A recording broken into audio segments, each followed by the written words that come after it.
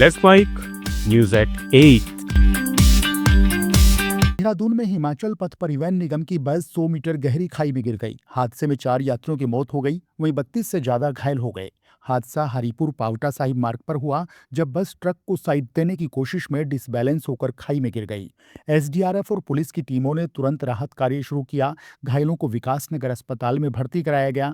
मृतकों में 2 महिलाएं और एक पुरुष शामिल है। हादसे के बाद हिमाचल के सीएम सुखविंदर सिंह सुक्खू ने अधिकारियों से घायलों की जानकारी ली और प्रभावित परिवारों को हर संभव सहायता देने के निर्देश दिए। सीएम पुष्कर सिंह धामी ने नजदीकी अस्पतालों को हाई अलर्ट पर रखा और गंभीर घायलों को एयरलिफ्ट करने की संभावना जताई। बस में कुल 36 से ज्यादा यात्री सवार थे। राजस्थान के पाली जिले में 20 फीट गहरे गड्ढे की मिट्टी अचानक ढहने से 4 युवक दब गए। इस हादसे में 2 युवकों की मौत हो गई, जबकि 2 को गंभीर हालत में बचा लिया गया। घटना चंडावल थाना क्षेत्र के बावरियों की ढाणी की है। यहां ट्यूबवेल से करीब 300 फीट दूर कुएं को जोड़ने के लिए लगभग 40 फीट लंबा और 20 फीट गहरा गड्ढा खोदा गया था। पाइपलाइन कनेक्शन के दौरान अचानक मिट्टी धंस गई और चारों युवक मलबे में दब गए। ग्रामीणों ने तुरंत राहत कार्य शुरू किया। जवरीलाल और मनोहर लाल को बाहर निकालकर अस्पताल पहुंचाया गया, जबकि महेंद्र कुमार और लक्ष्मण की मौके पर ही मौत हो गई।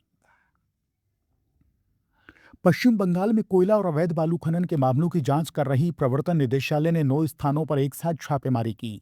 कोलकाता, दुर्गापुर, आसनसोल और वर्धमान समेत कई शहरों में ईडी की टीमें सक्रिय रही। सूत्रों के अनुसार इस कार्रवाई का मुख्य उद्देश्य कोयला तस्करी और अवैध बालू खनन से अर्जित काले धन के लेनदेन और हवाला के रास्तों का पता लगाना है। एजेंसी डिजिटल साक्ष्यों और दस्तावेजों की जांच की गई। दुर्गापुर में सेपको टाउनशिप और अंबेडकर सरणी में बालू कारोबारियों के घरों पर दबिश दी गई। पांडेश्वर और कांकासा में भी NH-19 के पास ठिकानों की तलाशी ली गई। जांच में सामने आया कि ये कारोबारी अजय और दामोदर नदी से बालू निकालने के काम में शामिल हैं। आरोप है कि वैध टेंडर की आड़ में अवैध बालू खनन और तस्करी की गई और एक ही चालान का बार बार इस्तेमाल कर बीरभूम जिले से पश्चिम बर्धमान तक बालू की सप्लाई की गई। ईडी का कहना है कि इन अवैध गतिविधियों से कारोबारियों ने कम समय में करोड़ों की संपत्ति अर्जित की। पंजाब के जालंधर पठानकोट नेशनल हाईवे पर मुकेरिया शुगर मिल के पास सड़क हादसा हुआ।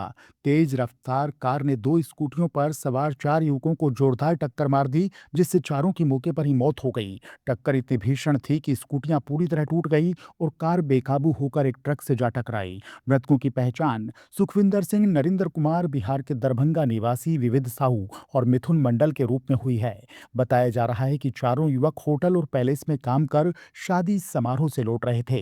पीछे से आ रही तेज रफ्तार कार ने उन्हें अपनी चपेट में ले लिया। मुकेरिया पुलिस ने कार चालक के खिलाफ मामला दर्ज कर जांच शुरू कर दी है। छत्तीसगढ़ में अलग अलग जिलों में हुए सड़क हादसों में 4 लोगों की मौत हो गई। बालोद के डोडी लोहारा थाना क्षेत्र में तेज रफ्तार कार कुत्ते को बचाने के दौरान पलट गई। हादसे में किराना व्यापारी भूपेंद्र गुप्ता की मौके पर ही मौत हो गई, जबकि उनकी शिक्षिका पत्नी और 2 बच्चे गंभीर रूप से घायल हैं। सूरजपुर में ट्रेनिंग से लौट रहे कांस्टेबल अभय पांडे को अज्ञात वाहन ने टक्कर मार दी, जिससे उनकी जान चली गई। वहीं कोरबा में ट्रेलर और प्याज से लदे ट्रक की आमने सामने की भिड़ंत में ट्रक चालक केबिन में फंस गया और उसकी मौके पर ही मौत हो गई। वहीं बलरामपुर में सरिया से लदा ट्रैक्टर तालाब में पलट गया। चालक सागर कोड़ाकू की भी जान चली गई।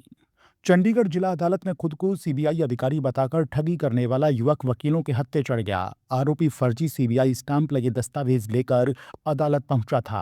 आरोपी सतीश ने एक वकील की ग्रेजुएट बेटी को सीबीआई में नौकरी दिलाने का झांसा दिया।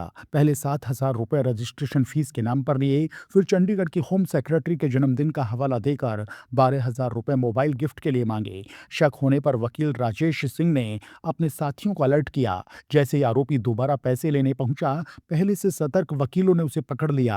आरोपी के पास से फर्जी सीबीआई स्टाम्प लगे कई दस्तावेज बरामद हुए हैं। मौके पर पहुंची चंडीगढ़ पुलिस ने आरोपी को हिरासत में लेकर पूछताछ शुरू कर दी है। पुलिस ये भी जांच कर रही है कि आरोपी ने इससे पहले कितने लोगों को इसी तरह ठगा है। आप सुन रहे थे let's mic more than radio. Follow कीजिए हमें हमारे सोशल मीडिया प्लेटफॉर्म्स पर। It's time for news.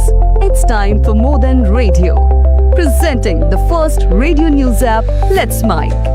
Let's Mic, a news-based app on your phone where you get to watch and listen news, talk shows, interviews, radio show